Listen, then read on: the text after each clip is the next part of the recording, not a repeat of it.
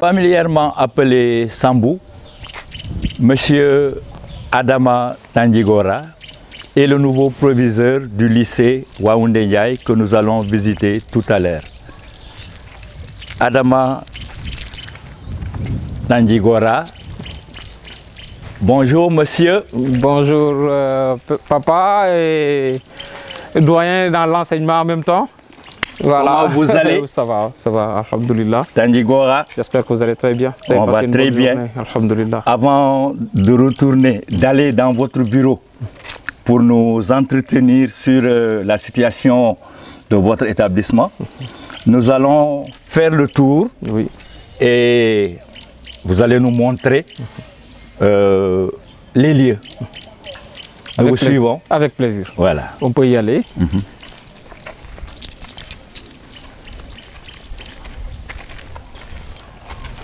Alors là, vous avez l'administration, c'est la petite porte. De l'autre côté, vous avez la grande porte. Souvent, c'est par là que nous accédons à notre bureau. Et puis, d'autres aussi peuvent accéder à leur bureau à partir de cette porte-là. Voilà. Pour la majorité des gens, quand vous parlez d'administration, qu'est-ce qu'on y trouve exactement? L'administration, c'est vraiment un tout. Il y a le proviseur d'abord, qui est le chef d'établissement. Ensuite, il y a le censeur, qui est son adjoint direct. Mais il y a également l'intendant, qui est le chargé des finances, le surveillant général, les surveillants de niveau. Voilà, donc ça fait un groupe de 8 personnes précisément, n'est-ce pas, ici pour le lycée Waoundé Ndiaye. Bien, bien, nous continuons notre présentation. Tout cela fait partie de l'administration. Oui, bien sûr, ça c'est la porte arrière en fait, mais elle est bouclée quoi. Ah oui, d'accord. Voilà.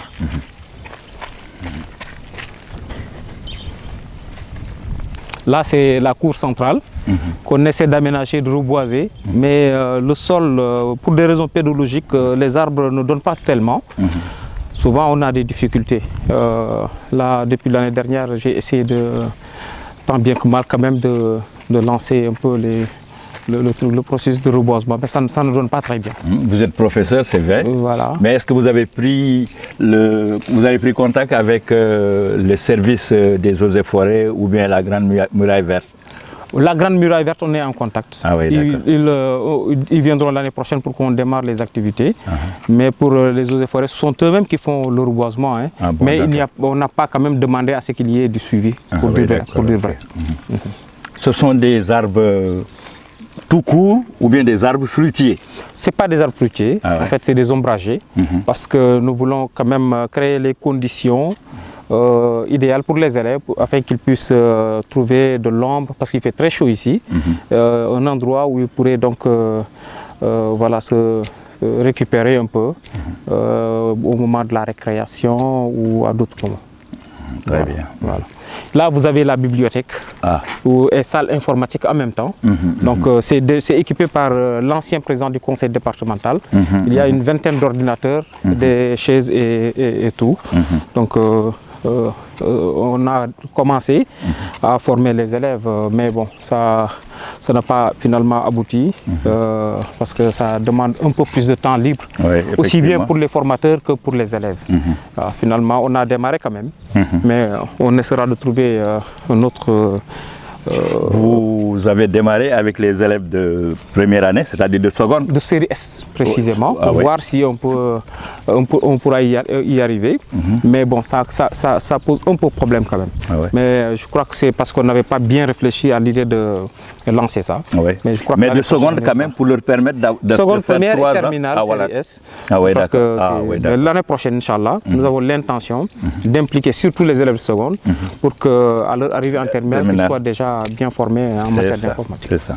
Inch'Allah. Là, vous avez les salles de classe, le bâtiment B. Voilà. Ce n'est pas inscrit là-dessus, mais on l'appelle communément comme ça, bâtiment B. Là, vous avez 2 labos en dessous, et au-dessus, vous avez 4 salles.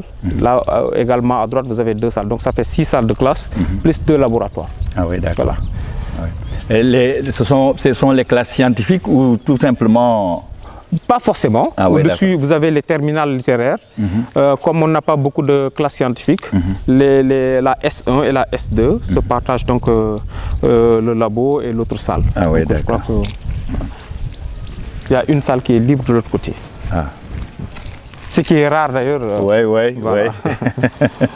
Oui.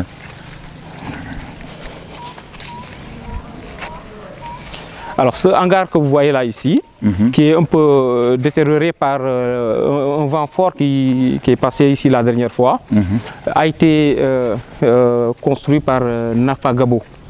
C'est des partenaires aussi du lycée. Ouais. Ils font beaucoup. C'est l'occasion de remercier M. Dembélé et l'ensemble des membres de Nafagabo. Suleiman Dembélé qui est à l'IF. Ils font beaucoup pour le Dembélé. Ils font beaucoup pour le lycée. Boubacar, c'est Boubacar Dembélé, pardon. Ouais, on l'appelle communément Sadio. Sadio, voilà. Donc ils font beaucoup pour le lycée. Ce hangar-là, ce sont eux qui l'ont offert gracieusement aux élèves. Ah, c'est bien ça. Voilà. Il faut des gens engagés pour pouvoir gracieusement offrir des choses de ce genre. Voilà, parce que le ministère de l'Éducation nationale seul ne peut pas tout faire, je veux dire l'État. Alors il faudrait qu'il y ait des... que les populations aussi s'impliquent à travers les ONG, à travers les organisations communautaires, n'est-ce pas, que tout le monde y mette la main pour permettre un développement harmonieux de nos écoles. Effectivement. Voilà. Effectivement. Là, vous avez le bâtiment A qui en fait regroupe les secondes et les classes de première. Donc nous avons une dizaine de classes de seconde et de première. Ici, il y a 8 classes. Donc de l'autre côté, ça complète quoi. La première S se trouve de l'autre côté. Donc c'est pour dire tout simplement que nous avons assez de salles de classe. Mais au rythme où nous sommes, si on ne fait pas attention, on risque d'avoir des problèmes de salle d'ici 3 ans. Parce qu'il y a beaucoup d'élèves qui nous viennent des classes de 3e, avec les secondes listes, dans lesquelles on retrouve tous les élèves qui ont 9 de moyenne. 9 de moyenne, c'est insuffisant. Ça crée des problèmes, de sérieux problèmes, parce que d'abord, il y a trop d'élèves qui sont orientés, mais il y a trop de redoublants. Donc tous ceux qui ont entre 9 et 10 souvent reprennent la seconde. Donc c'est 40 à 50% de redoublants. Et puis maintenant d'autres qui viennent en grand nombre s'y greffer, ça crée des problèmes. Et l'année dernière on a eu une classe de plus. Cette année certainement on aura une autre classe de plus parce que connaissant le nombre de redoublants je sais que on aura 6 secondes L au lieu de 5. Donc finalement vous voyez que ça nous crée beaucoup de problèmes, d'où l'intérêt pour nous de lancer donc un appel à ceux qui orientent, centre d'orientation et à l'académie. Parce que si on continue à orienter de cette façon-là, ça ne va pas dans le sens d'aider les élèves.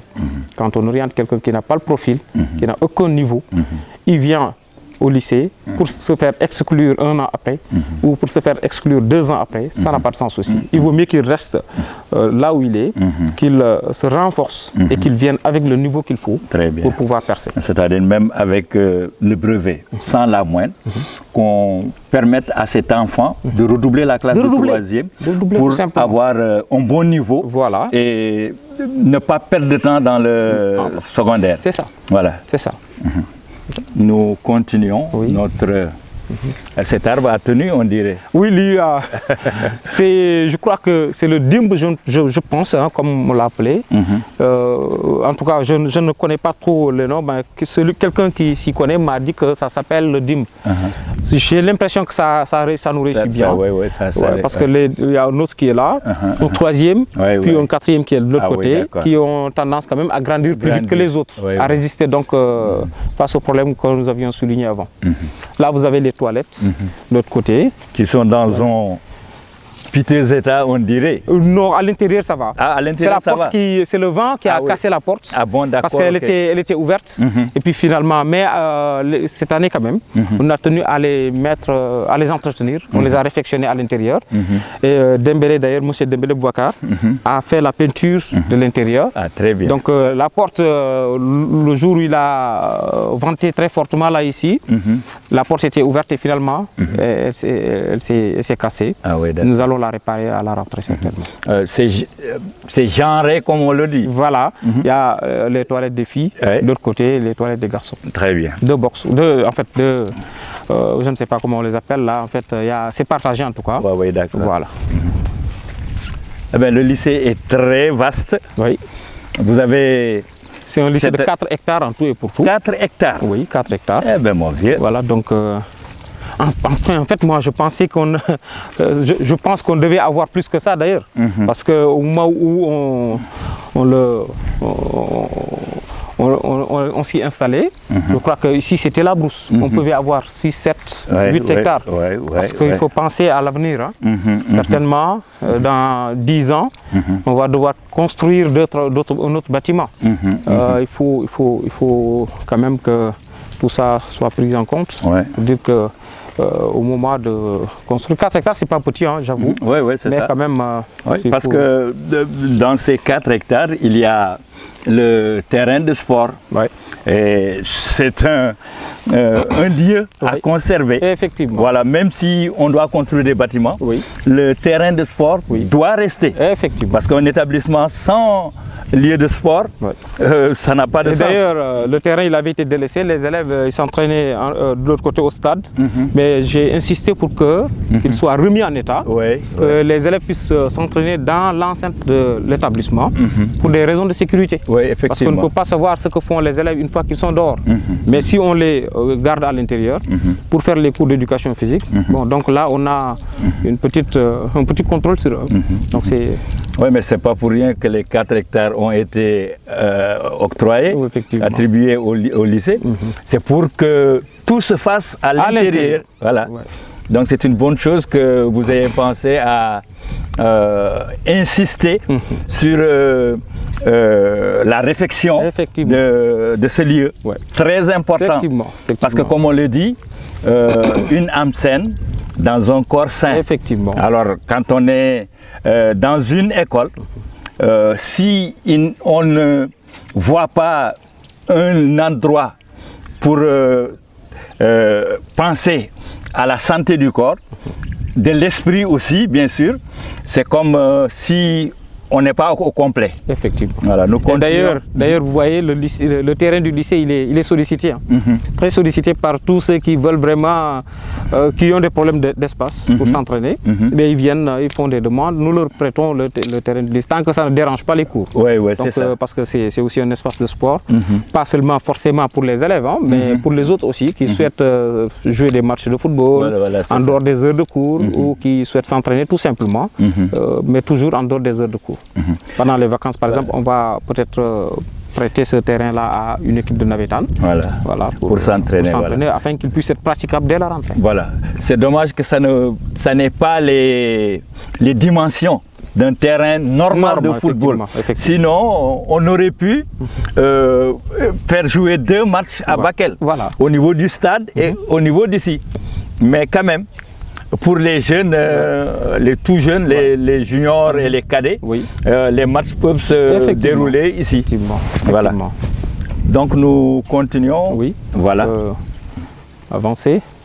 Parce qu'il y a aussi, il n'y a pas qu'un terrain de football, il y a le terrain de basket, et puis il y a les autres trucs, les autres sports. Parce que là, par exemple, il y a un sautoir qui est couvert d'herbe là, avec l'hivernage déjà. Donc, mais dès la rentrée, on va y mettre du sable et ça va être déshervé, quoi.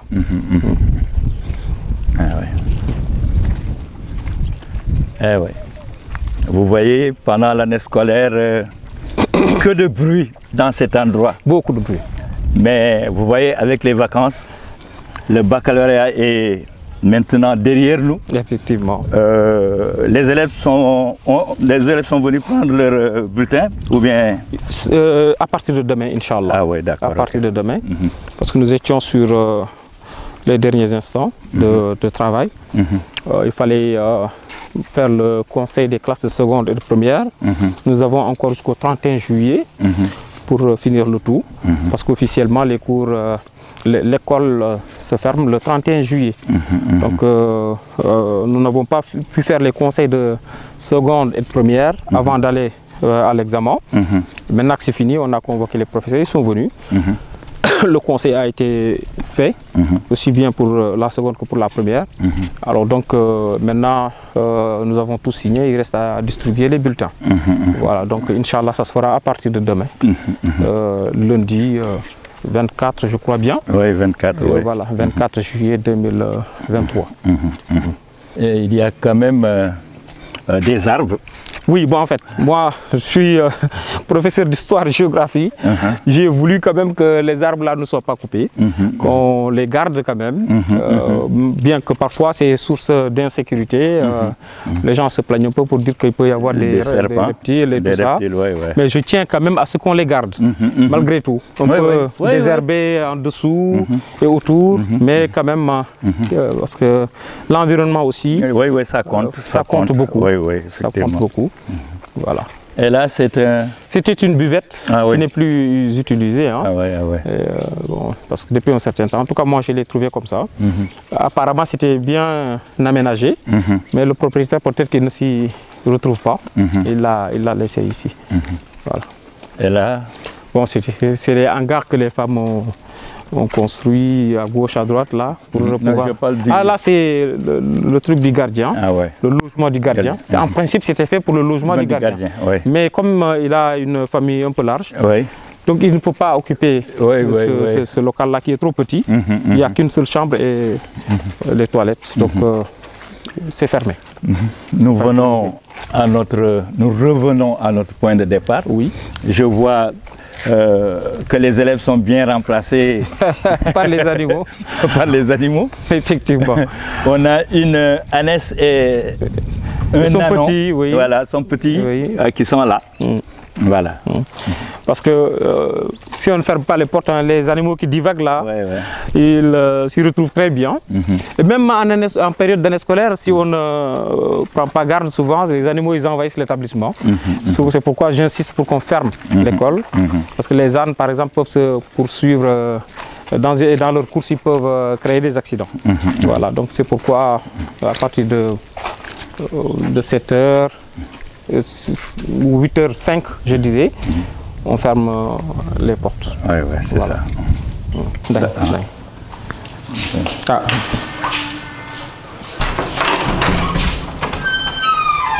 Adama Tandjigora, Tandjigora Diakho. Voilà, nous sommes dans votre bureau. C'est une occasion pour nous de vous présenter non seulement aux élèves, mais aussi aux enseignants et aux populations d'une manière générale. Vous allez vous présenter tout à l'heure en commençant par votre lieu de naissance et votre cursus scolaire.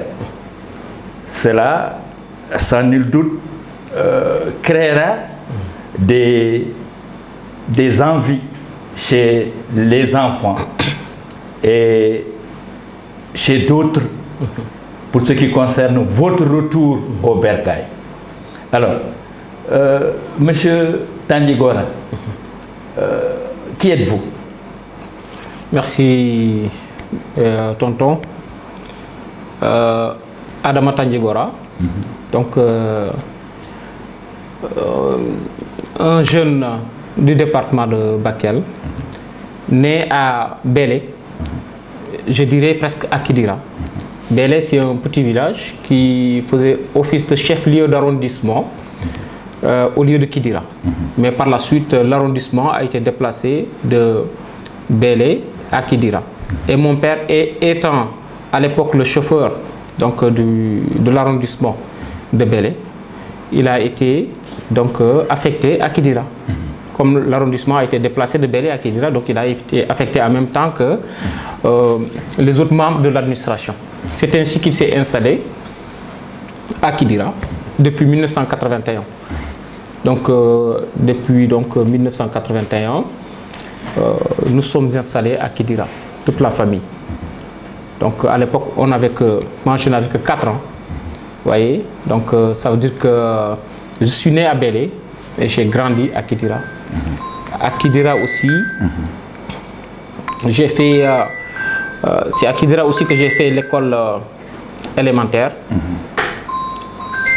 de 1983 à 1989.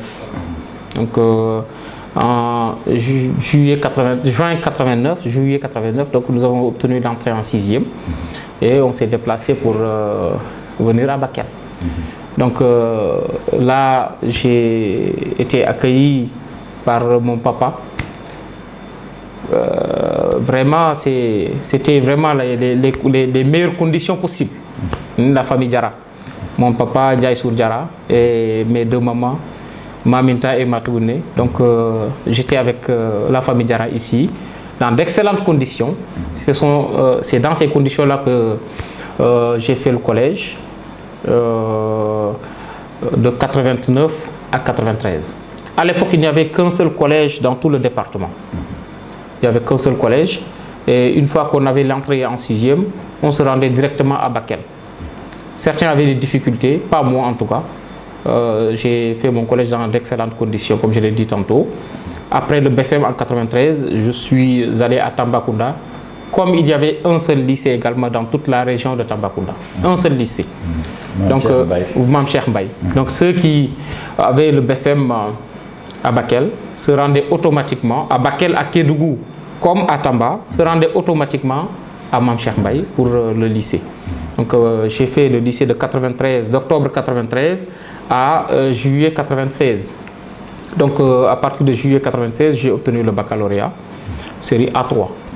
Donc, je me suis rendu dans ces conditions-là, donc en octobre 96 à l'université Cheikh Anta Diop, où j'ai été orienté au département d'histoire. Donc, à l'université Cheikh Anta Diop, j'ai obtenu la maîtrise et le DEA en 2003. Le DEA en 2003. Je me suis inscrit en thèse, mais c'était trop long. Parce que quand je suis revenu après le DEA, ma maman m'a posé une question. DEA précisait que c'est le diplôme d'études approfondies. Voilà, c'est l'antichambre du doctorat, en quelque sorte. Voilà, c'est ça. Voilà, donc quand j'ai obtenu le DEA, je suis venu ici en vacances et j'ai dit à mes parents que voilà, j'ai obtenu le DEA. Ma maman m'a posé une question. Elle m'a dit, mais qu'est-ce que tu comptes faire maintenant? Ah, je dis que maman, moi je vais m'inscrire en doctorat. Elle m'a dit à l'époque, quand les étudiants décrochaient la licence, ils allaient travailler. Tu as obtenu la licence. Et après la maîtrise. Maintenant le DEA. Et tu comptes toujours pousser. Est-ce que tu penses à nous? Elle a vraiment posé la bonne question. J'ai dit, oui, je pense à vous. Je pense beaucoup à vous. Je cherche du travail en même temps. Si je n'en trouve pas, je vais continuer. Mais j'ai fait des concours. J'ai fait notamment le concours d'entrée à l'ENA. Ça n'a pas marché. Je compte le refaire. Mais je ne compte pas enseigner. Elle m'a parlé de l'enseignement. Je dis, je ne compte pas enseigner parce que ça ne paye pas bien. Moi, je voudrais prendre vraiment... je voudrais quand même travailler dans un domaine où je pourrais vraiment vous prendre en charge convenablement, comme vous le méritez. Elle m'a dit non. Cherche du travail d'abord et après le reste, ça viendra. J'ai dit oui, mais pour moi, l'enseignement quand même, c'est pas ce qu'il... Non, non, je ne compte pas aller dans l'enseignement. Elle m'a dit, mais en tout cas, il faut chercher du travail. J'ai dit ok. Quand je me suis rendu à Dakar, je me suis posé beaucoup de questions.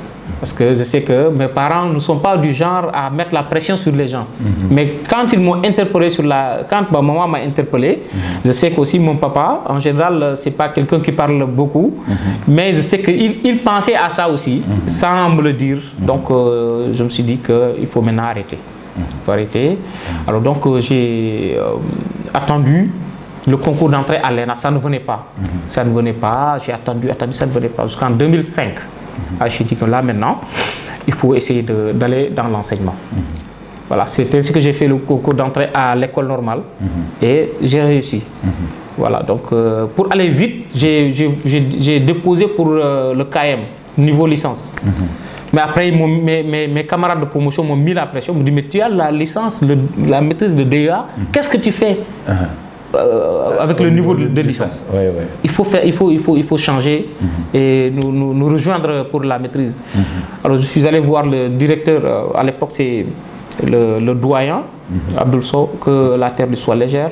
Je suis allé le voir pour lui dire, monsieur, moi j'ai déposé pour la licence, mais mes camarades me demandent d'y aller pour la maîtrise. Il me dit, mais qu'est-ce que tu fous là-bas? Allez, comme tu as la maîtrise, viens rejoindre les autres. Et il m'a déplacé. Donc j'ai rejoint les autres qui devaient faire la maîtrise, le niveau de maîtrise. C'est comme ça que j'ai intégré leur groupe.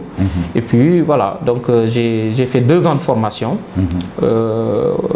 Au terme desquels je suis sorti avec mon diplôme de professeur d'enseignement secondaire. J'ai été après affecté à l'académie de Kolda, notamment à Sédhiou. À l'époque, Sédhiou n'était pas une région. Donc j'ai été affecté au lycée Ibou Diallo, où j'ai fait 10 ans. 10 ans. Voilà, 10 ans. 10 ans. Tu connais bien la Casamance. Oui, bien sûr. J'ai fait 10 ans à Sédhiou. Mais par la suite, avec le décès de mon père, il y avait pas quelqu'un donc pour être à côté de la famille. Bon, je me suis dit que c'est maintenant le moment de rentrer. Voilà, on m'a posé des questions. Mais est-ce que tu as bien réfléchi? J'ai très bien réfléchi. Je vais chez moi. Mais il fait chaud là-bas. Je vais chez moi. Je sais qu'il fait chaud parce que je suis né là-bas. Les conditions, c'est loin de Dakar, oui, mais je serai chez moi de toute façon. Je rentre. Voilà, donc j'ai cherché une permutation avec un collègue qui était au lycée de Kidira et qui souhaitait aussi rentrer en Casamance. Donc on a permuté jusqu'à la chambre. Donc voilà, je lui ai même laissé ma chambre. Donc et même certains bagages qui étaient à l'intérieur, je dis tu prends tout. Moi en tout cas l'essentiel pour moi c'est de rentrer maintenant. Voilà, c'est dans ces conditions-là que je suis revenu au lycée de Kidira. À Kidira, j'ai enseigné pendant 1 an. Après, le censeur est affecté. J'ai assuré l'intérim. Par la suite, j'ai été confirmé. Et après, j'ai été proviseur intérimaire. Quand il y a eu un proviseur titulaire, je suis retourné à mon poste de censeur avant de gagner le poste de proviseur du lycée Waoundé Ndiaye. Depuis quelle année? Je suis là depuis octobre 2021. Donc ça fait maintenant 2 ans. 2 ans. Voilà. Et les effectifs à votre arrivée, est-ce qu'ils étaient très importants ou pour un lycée normal? Oui, c'est des effectifs moyens, je dirais. Parce qu'il y a des lycées de plusieurs milliers d'élèves. Mais ça, c'est beaucoup. Moi, je pense que c'est beaucoup pour un lycée quand même. Mais comme ça marche, c'est bon. Mais en tout cas, un lycée de 600, 700, 800, je crois que c'est raisonnable. Nous avons un lycée de taille moyenne, peut-être de petite taille, parce que comparé à la plupart des établissements actuellement du Sénégal, nous sommes un petit lycée, quoi. De 600, autour de 600, 630 élèves. En venant ici, j'ai trouvé des effectifs de 624 élèves. L'année dernière, on a évolué. Donc 2020-2021, j'ai vu 624 élèves. Je n'étais pas encore là, mais j'étais encouré sur les dossiers.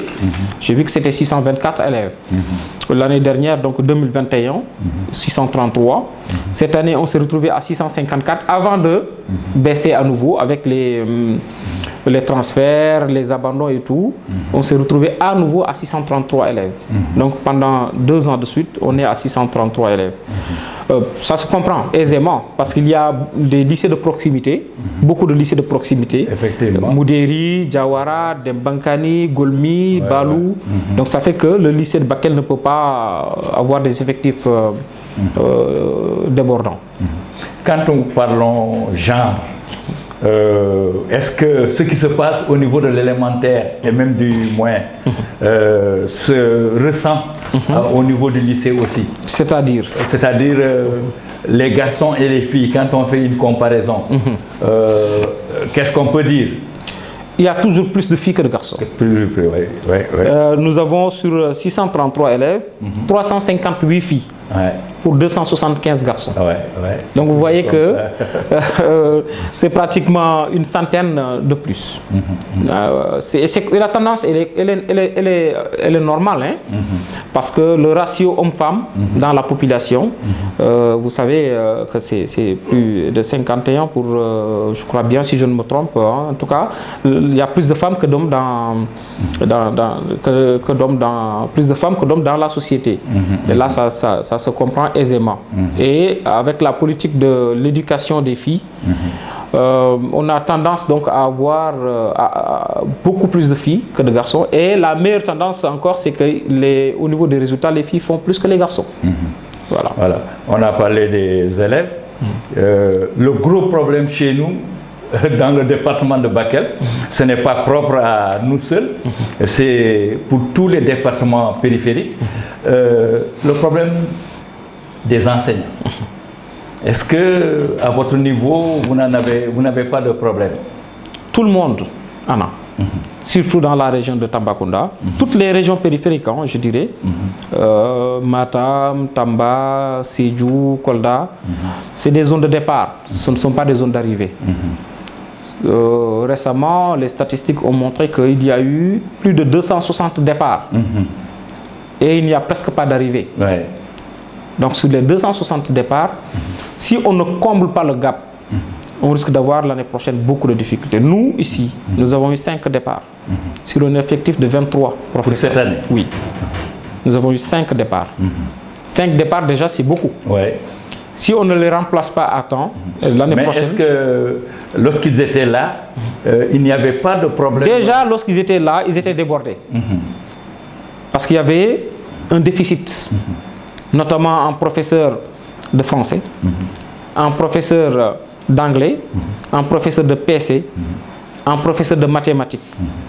Donc, déjà, le déficit était là. Et, bizarrement, il y a un professeur de PC qui est parti. Donc, il n'en reste qu'un seul pour les 633. Une professeure de SVT est partie. Donc, il n'en reste qu'un seul pour les 633.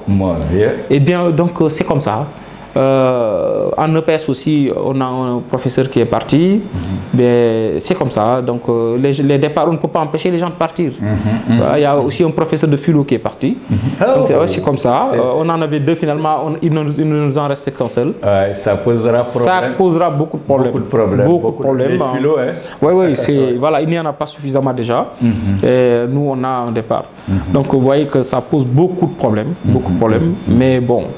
On est là pour faire face à ces problèmes-là. J'espère qu'au début de l'année, les sortants viendront combler ce gap-là. J'espère bien. Parce qu'en voyant le nombre de départs, je sais que pour combler ce gap-là, ça ne va pas être facile du tout. Mais en tout cas, il y a de l'espoir. Ces problèmes comme ça, on en a déjà l'habitude. Voilà. Quand on parle de lycée, tout de suite, les esprits sont fixé sur les résultats au bac. Depuis votre arrivée jusqu'à nos jours, c'est 2 ans. Alors, l'année dernière, quel était le taux de réussite que l'on va comparer à celui de cette année? Merci. Les résultats au baccalauréat, donc depuis l'année dernière, alhamdoulilah, nous remercions le bon Dieu pour tout ce qu'il a fait pour nous. Parce qu'il y a eu beaucoup de stabilité. Certes, l'année dernière, avec les mouvements de grève, l'école a été un peu instable, mais nous, à l'intérieur ici de l'établissement, nous n'avons pas connu de problème majeur, même s'il y avait des grèves quand même. Mais au-delà des heures de grève, les professeurs se battaient autant qu'ils pouvaient pour combler le gap et pour rattraper les heures perdues. C'est pourquoi, au terme de l'année scolaire, l'année dernière, nous avons eu 80,86%. Cette année, également, malgré les difficultés, les quelques difficultés que nous avons rencontrées, il y avait une relative stabilité. Et Dieu merci, nous avons également obtenu 80,89, soit une progression de 0,3%. C'est une progression. Donc nous nous sommes maintenus autour de 80%. Voilà, donc Dieu merci. Et nous profitons de cette occasion pour saluer le travail immense abattu par les professeurs dans les classes et en dehors des classes. Ils se donnent à fond, nuit et jour, pour satisfaire les élèves et les aider à réussir. Donc il faut que nous leur soyons reconnaissants. L'administration également, le censeur et son équipe, les surveillants, ils abattent un travail immense. Même le gardien, il fait un travail immense à la porte. Parce que moi, je pense que la discipline et la réussite, c'est à partir de la porte. Si on ne gère pas le portail, on ne peut pas gérer l'intérieur. Tout se règle à partir du portail. La tenue, l'heure et tout. Donc le gardien, nous lui réservons également une mention spéciale.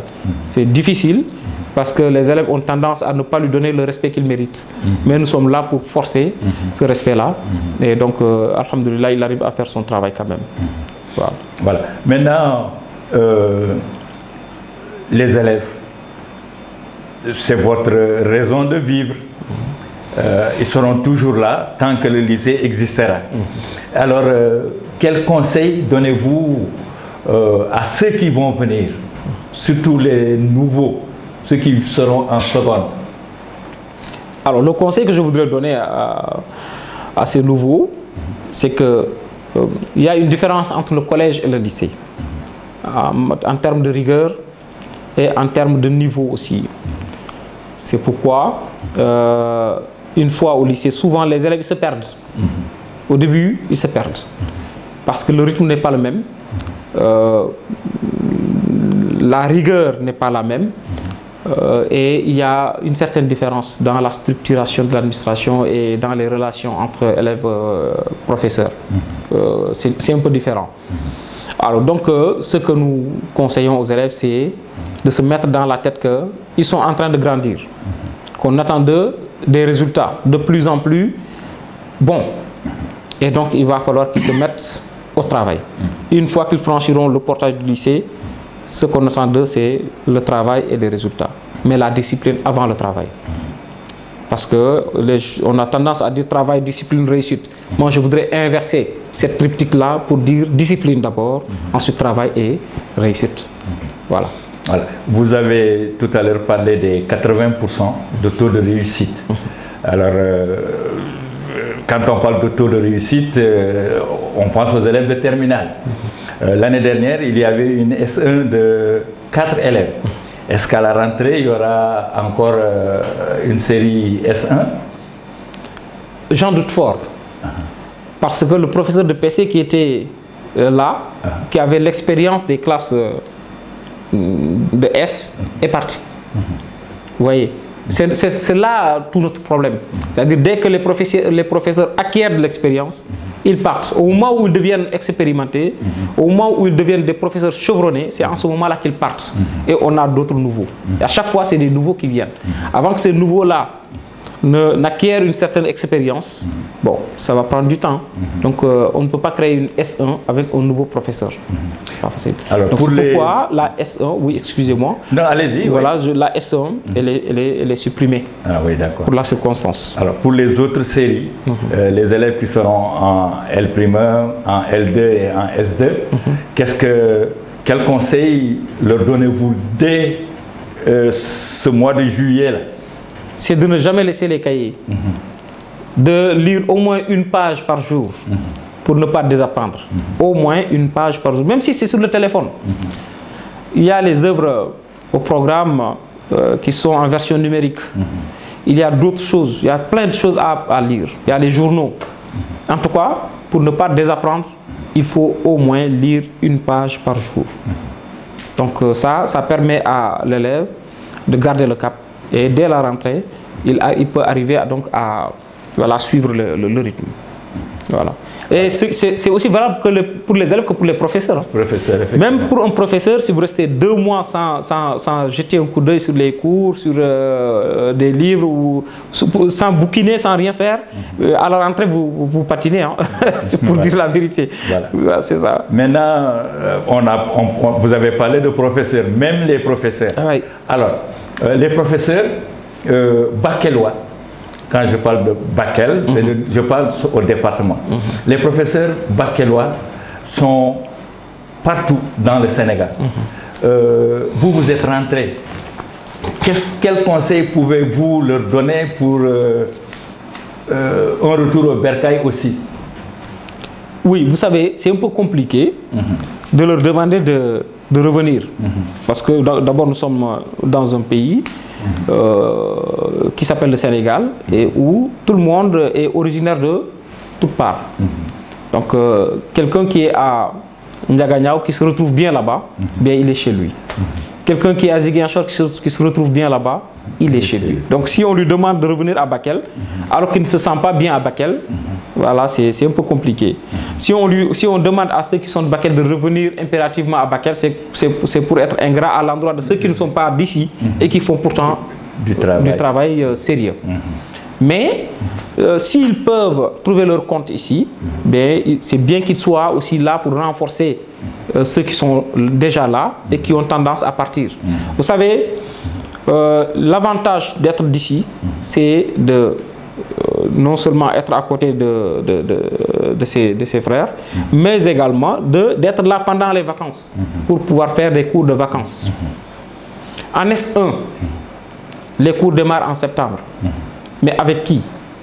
Le professeur de maths qui n'est pas ici, il va en vacances.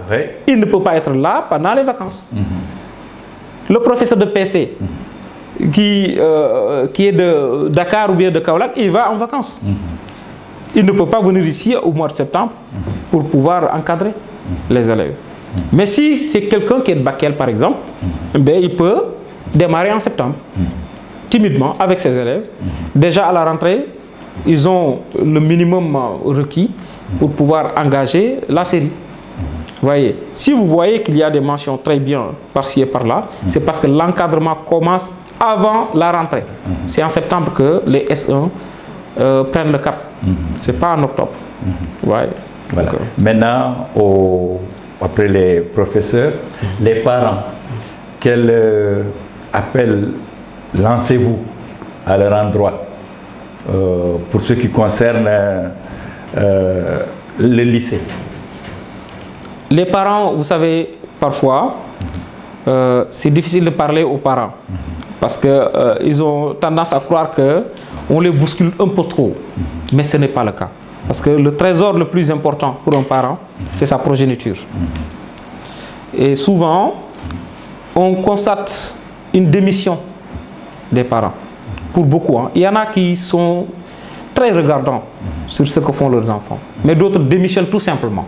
Ils ne viennent que quand l'enfant est exclu pour dire que, voilà, vous avez renvoyé mon enfant, mais il faut qu'il soit là. Vous voyez, parce que moi, je n'ai pas les moyens de payer le privé. Et ils n'ont pas suivi l'enfant pendant qu'il faisait de mauvais résultats. Ils n'ont pas essayé de le redresser. Ils n'ont pas essayé de chercher les moyens de l'aider à suivre le bon chemin. Ils l'ont tout simplement laissé à lui-même. L'enfant ne sachant pas forcément là où se trouve son avantage, mais il suit les autres qui ne font rien. Parce qu'il est plus facile d'être dans un endroit où on n'est pas sous pression. Donc ils vont se mettre dans des groupes, ils passent tout le temps à prendre du thé et à s'amuser. Donc finalement, ils font de mauvais résultats et au terme de ça, ils sont exclus et les parents commencent à se manifester. Ce n'est pas le bon moment. Le bon moment, c'est d'être là à côté de l'enfant, de le suivre. Et de bien suivre également ses résultats. Alors, donc, le conseil que je voudrais donner aux parents, c'est le suivi. Donc, ils n'ont qu'à véritablement suivre le travail des enfants. Ils n'ont qu'à les accompagner aussi par des conseils, mais aussi par la mise en place des conditions qu'il faut pour que l'enfant puisse faire des résultats. Parce que c'est un investissement. Hein. c'est un investissement. J'ai vu des parents qui, au moins toutes les semaines ou toutes les 2 semaines, ils appellent pour savoir ce que font leurs enfants. Est-ce qu'ils viennent à l'heure? Est-ce que tel devoir a été fait? J'ai vu même un parent qui m'a dit, écoute, moi j'ai un contrat avec mes enfants, s'ils ont telle moyenne, ils obtiennent tel avantage, s'ils n'ont pas... Vous voyez, donc il y a des parents qui suivent. Hein? Il y a des parents qui suivent. Je voudrais vraiment que tout le monde soit dans cette logique-là. Il y va de l'intérêt du parent lui-même, mais également du lycée. Parce que c'est ce qui nous aidera à faire de bons résultats. Parce que l'éducation aussi, c'est un tout. Ce n'est pas seulement l'école, c'est depuis la maison, c'est l'école, c'est aussi dans la rue. Voilà, nous avons parlé des élèves, des parents, des enseignants, des parents. Maintenant, il y a... Parce que le lycée est un établissement public. Alors, l'État et les structures décentralisées, qu'est-ce que vous avez à leur dire? Alors, l'État, c'est toujours difficile de solliciter quelque chose à l'État parce qu'on ne sait même pas d'abord à qui... Bon, on sait à qui s'adresser, mais on ne sait pas si ça va arriver aux instances de décision. On peut parler à l'académie. L'académie parle au ministère, mais on n'est même pas sûr que la bonne personne va recevoir l'information pour réagir. Sauf si on parle à travers la radio. Et là, quand ils entendent les messages, ils réagissent à chaud pour dire mais il fallait pas parler, il fallait nous appeler, voilà, vous voyez ce que ça fait. Donc c'est comme ça. Mais quand même, nous avons besoin d'aide. Nous avons besoin d'aide parce que les conditions de travail sont nécessaires à la réalisation des résultats, de bons résultats en tout cas. Vous savez, ici, on fait 80%, mais ce n'est pas évident. On pouvait se limiter à des résultats très moyens, parce qu'il fait déjà très chaud. Mais aussi parce que nous n'avons pratiquement aucun moyen. Les moyens sont très limités en tout cas. Et nous nous battons avec ce que nous avons, le peu que nous avons. Les inscriptions ne sont pas aussi élevées que ça, 8 000 francs par élève. C'est avec ça que nous réfectionnons les tables bancs, les tableaux, que nous payons tout le monde. Donc, si l'État ne renforce pas le budget pour nous permettre d'outiller l'établissement, ce qui est sûr, c'est que vraiment, il va être très difficile de faire mieux. Quant aux partenaires aussi, les collectivités locales, bon, ils essaient de faire tout ce qu'ils peuvent. Hein. Tant bien que mal, ils nous viennent en aide. Mais s'ils peuvent faire mieux, ce serait bien.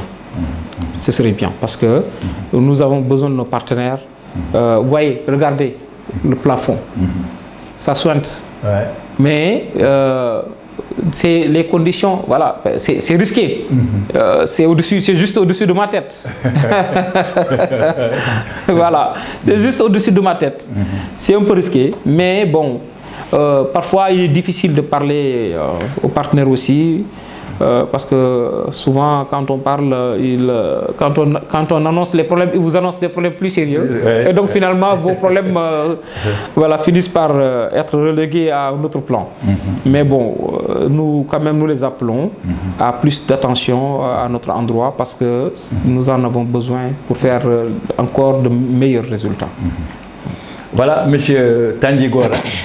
Pour marquer notre soninkité. Merci beaucoup. Ando baraji angado merci beaucoup. Voilà, Tandji Gora. Merci Jara. Vraiment, je suis très content. Parce que kundu ani waraga message nangindi ni kundu ani soro laga tunu ka condition be noko nga kundu ani soro laga tunu go résultat ko debere condition be kamma donc oy khati gano oy xamma mana Bakel 24 merci beaucoup. OK, Tandji Gora, Tandji Gora. Merci beaucoup. Merci beaucoup.